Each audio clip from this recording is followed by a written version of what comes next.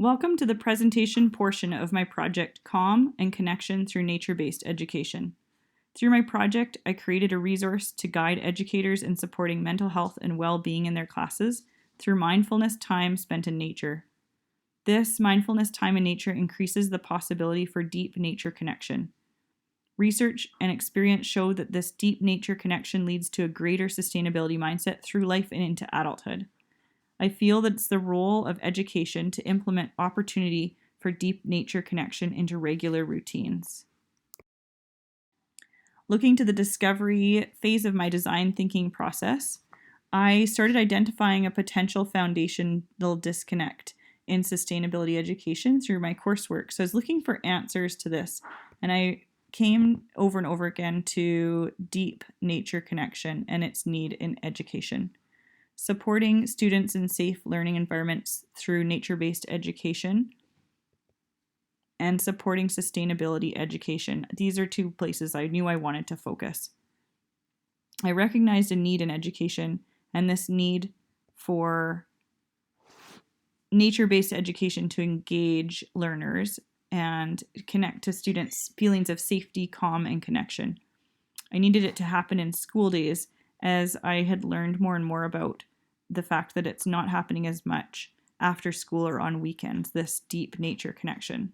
So mindfulness-based education I knew had been happening indoors, and I knew that I wanted to connect that to nature. But at this point, I was still focused on researching locally. In my interpretation phase, I look back to my initial question, how might we better support high rates of student stress and anxiety through daily mindfulness and nature-based learning time? And my final question has changed to become, how might educators be supported in promoting deep nature connection and sustainability mindsets by addressing student well-being through regular mindfulness in nature time? So I looked at consultations here. I became an active listener. I really appreciated story sharing. And I noticed a repeated call for forms of support with well-being and mental health in classes, and a call for support with deep nature connection.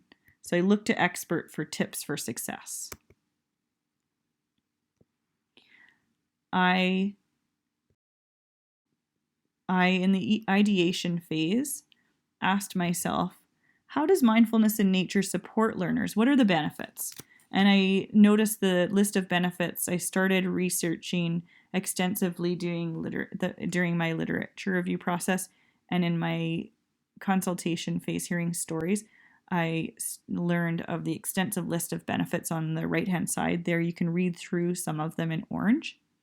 From there, self-confidence, leadership building, calm, and connecting to special places by repeated regular routines. These are all supports.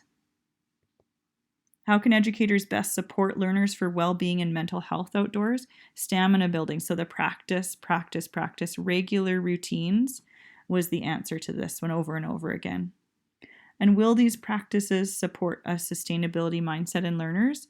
Through study after study, and Richard Louv writes really well about this in his book, Last Child in the Woods, that early deep nature connection supports sustainability mindsets later in life. And there's example after example of this, especially prior to age 11. And this tells me that educators have work to do. The more exposure we can offer through education, we can connect our learners for life. So I created goals and objectives, and here's a brief list: to support mental health and well-being in learners, to support deep nature connection for long-term sustainability mindsets, to support educators with all of this, and connect to experienced educators. I learned that I wanted to create a resource as this support.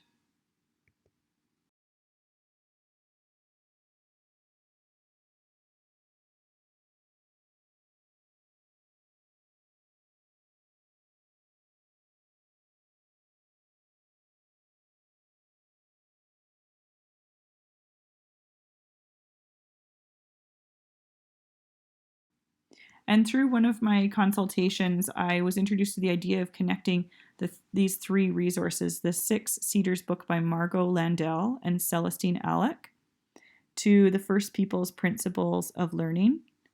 Just an excellent connection.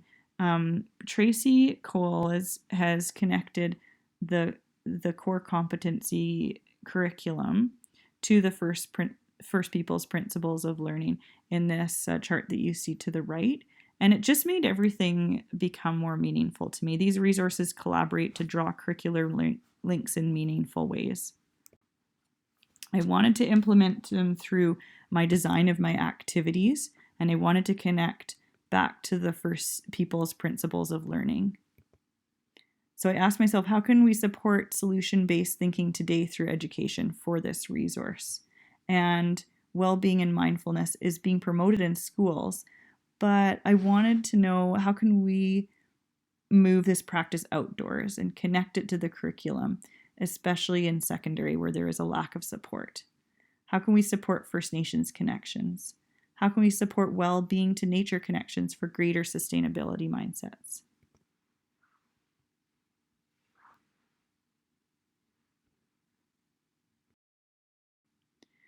And my curricular planning model was created in connection with the core competencies and the First People's Principles of Learning. The activities cross over, but they're grouped under these categories. I noticed this evolution phase. I started to pay attention to the impacts of all of this coming together, and the impacts are for the long term because of the nature of the resource, for the students, for educators, for the planet, and for greater community. And my learning through this whole process was just this focus around creating safe learning environments to grow and care through the impacts of this, and how encouraging this felt. My own philosophies shifting was another learning, just to see where things had moved through this design thinking process for my own practice. I felt more supported. I realized how easy this could be with this support. I realized how accessible this can be, this nature connection and mindfulness connection. And I started to trust more and more in collaboration and networking, and appreciate the First People's Principles of Learning connected to curriculum and the meaning that things brought as they came together. In my implementation phase in creating a resource, I included activities kindergarten to grade 12.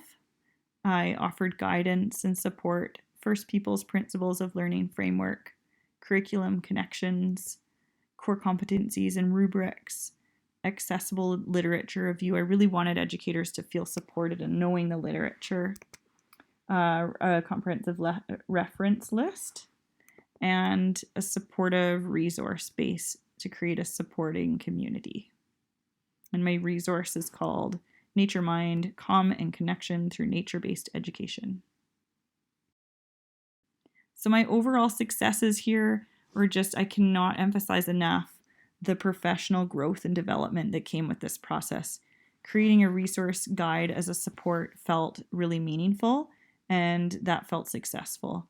Networking and community building, that I also can't emphasize enough how deeply I've grown through my own practice through the networking part of the whole design thinking process. The literature review and identifying the benefits is extremely meaningful to me. That was a great success. And the action-based sort of side of all of this, of creating this resource that would be a lasting support, felt very successful. The challenges in my overall learnings were how to engage disinterested or uncomfortable educators if this was new to them, and also educators that felt overwhelmed in their work and were struggling to fit this one more things into their busy day. My response was just to support them through the networking that was happening and welcome them into that, and to just try it slowly, and know that there are others there to support those tryings. And my learning and leading change is that mindfulness in nature is one way to support all learning and well-being while supporting deep nature connection.